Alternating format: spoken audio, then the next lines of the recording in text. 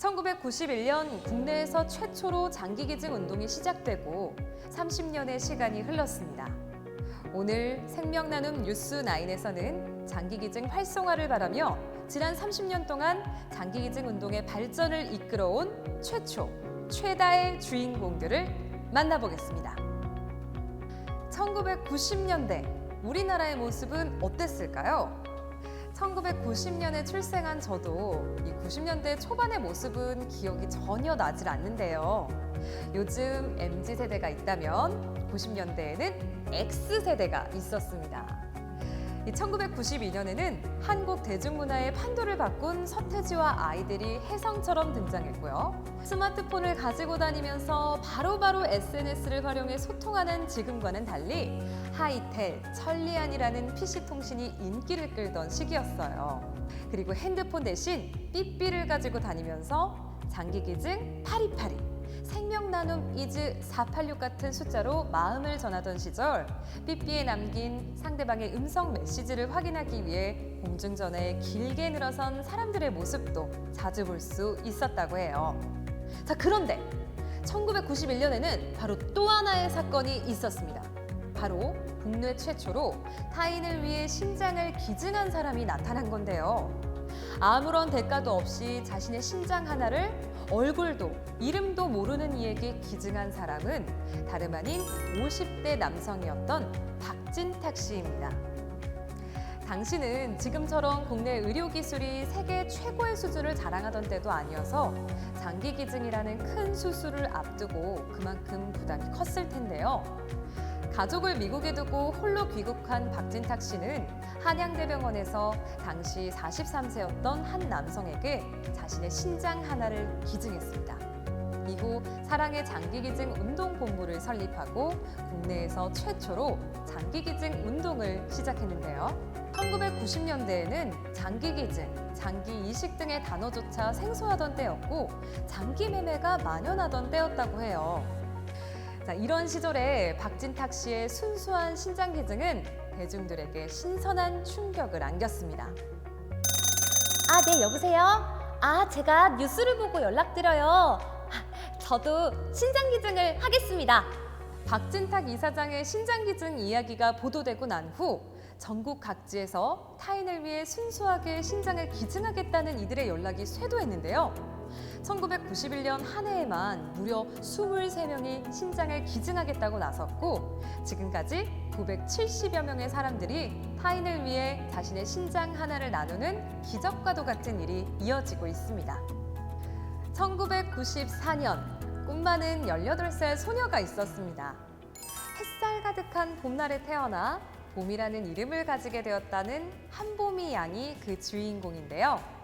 그녀는 시카고의 명문 사립 아카데미에 재학하며 국제 변호사를 꿈꾸던 재원이었지만 안타깝게도 불의의 교통사고를 당하게 됩니다.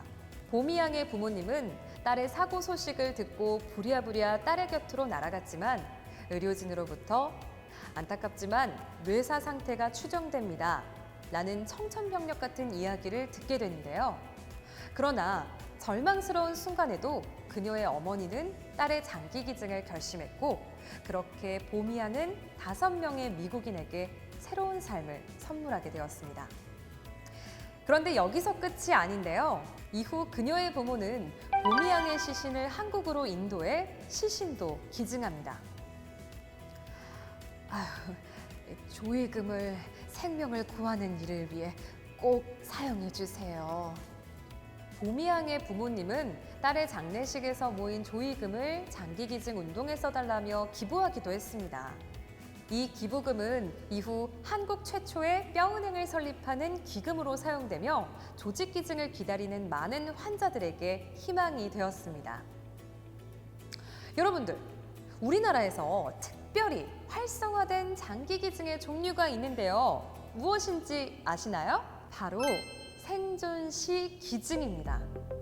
이 외국의 다른 나라의 경우에는 뇌사 장기기증이나 사후 각막기증 등이 활성화되어 있는데 우리나라는 조금 특별하게도 살아서 자신의 심장을 기증하는 일이 활발히 이루어지고 있는데요.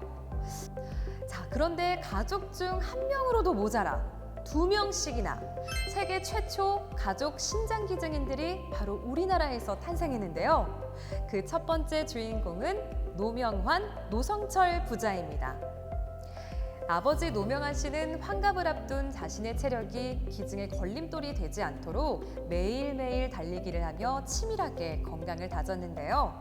신장 기증 후 웃을 일이 더 많아졌다는 아들 노성철 씨와 아들과 함께하니 보람도 기쁨도 2배라는 노명환 씨의 이웃을 사랑하는 마음이 그 아버지의 그 아들이네요. 그런데 이들뿐 아니라 홀로 2아들을 키우며 보험 설계사로 일해온 엄혜숙 씨는 일을 하며 만나게 된 어려운 처지의 환자들을 보고 신장을 기증했는데요. 어머니의 훌륭한 가르침 덕분이었을까요? 어려서부터 꾸준한 헌혈로 금장훈장까지 받았던 그녀의 아들 윤현중 씨도 어머니를 따라 신장을 기증했다고 하네요. 이 밖에도 형제가 함께 신장을 기증한 백홍선, 백정선 씨, 또한 자매가 함께 타인을 위해 신장 하나씩을 사이좋게 나눈 박옥남, 박옥선 씨가 최초 형제, 자매 신장 기증인의 주인공입니다. 부자, 모자, 형제, 자매뿐 아니라 부부가 함께 신장을 기증한 경우도 있는데요. 국내 1호 부부 신장 기증인은 바로 권재만, 김교순 부부입니다. 이들 부부 이후로 2019년 구신용, 홍선희 부부 신장 기증인이 탄생하기까지 무려 우리나라에 부부 신장 기증인이 19쌍이나 있다고 하니 정말로 대단하죠. 대한민국 탕탕탕탕탕. 자, 여러분들 2000년대 하면 2002 한일 월드컵이 떠오르는데요. 비록 저는 13살의 꼬꼬마였지만 그때 우리나라의 뜨거웠던 열기는 정말 생생히 기억이 납니다. 이 4강 신화를 이루면서 대한민국은 그야말로 축제 분위기였는데요. 붉은 응원의 물결이 우리 마음을 뜨겁게 불태웠던 2000년대. 장기기증 운동도 뜨거웠던 최다의 순간이 많았습니다. 눈시울이 뜨거워지고 가슴이 뜨거워지던 그때 그 뉴스를 지금 만나보시죠.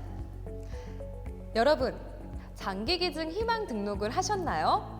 저는 2020년에 그동안 생각해오던 장기기증 희망 등록을 실천에 옮겼습니다. 언젠가 제가 세상을 떠날 때 누군가가 저의 생명을 통해 세상을 다시 살아갈 수 있겠죠. 그렇다면 국내 장기기증 희망 등록자 중 처음으로 실제 장기기증을 실천한 이는 누구일까요? 2004년 11월 국내에서는 처음으로 장기기증 희망 등록자 중에 뇌사 장기기증인이 발생했습니다. 생전의 약속을 지키며 장기기증을 실천한 이는 뇌동맥류 파열로 의식을 잃고 쓰러져 뇌사 상태에 빠진 31살 김상진 씨인데요. 당시 김상진 씨는 사랑하는 아내와 행복한 미래를 그리던 결혼 2개월 차 새신랑이었기에 많은 분들이 더 안타까워했습니다. 이후 김상진 씨의 고귀한 나눔을 통해 7명의 환자들이 새로운 삶을 살아가게 되었습니다. 당시 이 이야기는 2005년 국내에서 최초로 장기기증 공익광고로 제작되며 많은 이들의 마음속에 큰 울림을 남겨 전년 대비 장기기증 희망 등록자가 2배가량 증가하는 효과를 불러일으키기도 했습니다. 이 광고에 등장한 모든 분들이 실제 김상진 씨로부터 심장, 간, 그리고 신장 등을 이식받은 분들이라고 해요. 광고가 제작된 후 또 한 가지 놀라운 일이 일어났습니다. 바로 이 공익 광고 속에 등장한 이식인들과 김상진 씨의 부모님의 실제 만남이 이루어진 것인데요. 이는 국내 최초로 이루어진 이식인과 기증인 유가족 간의 만남이었는데 17년이 지난 지금까지도 김상진 씨의 부모님과 이식인들은 서로 연락을 주고받으며 지낸다고 하니 정말로 훈훈한 소식이네요. 네, 그리고 2009년 2월 김수환, 추기경의 선종 소식이 전해졌습니다.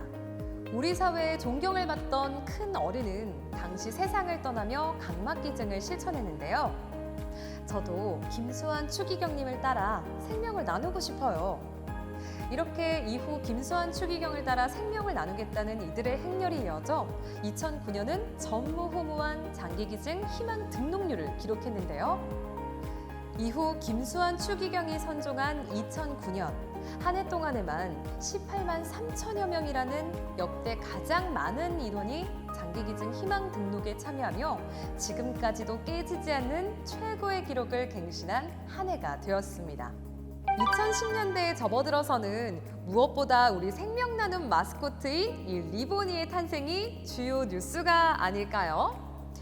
저만의 생각인가요? 그리고 2014년에는 드디어 장기기증 희망 등록자가 무려 100만 명을 돌파하는 등 장기기증 운동에도 청신호가 켜지는 듯 보였는데요. 2010년대에 일어난 최다의 순간도 지금 만나볼까요? 여러분, 이 가시곡이라는 책을 아시나요? 이 백혈병을 앓고 있는 아들을 위해 아낌없이 나누는 아버지의 이야기로 한때 선풍적인 인기를 끌던 책인데요. 2013년 5월 가시고기를 읽고 큰 감명을 받은 한 청년이 신장을 기증하겠다고 나섭니다. 바로 당시 30살이었던 조시훈 씨인데요. 이 10대의 한 소년이 조시훈 씨의 신장 기증을 통해 기나긴 투병 생활을 끝내고 다시 가족의 품으로 돌아갈 수 있었습니다. 쌈자 민경훈 씨 아닌가요? 와, 닮아도 너무 닮았어. 내 나눔 이야기 세상이 다는데 왜 너만 몰라, 왜 널 살린 남자를 몰라.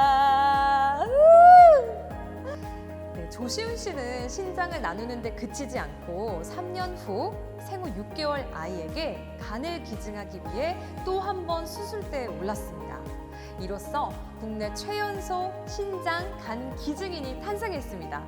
정말로 대단한 용기네요. 최선을 다하지 않고 조금 나눴다면 그것은 나눈 것이 아니다.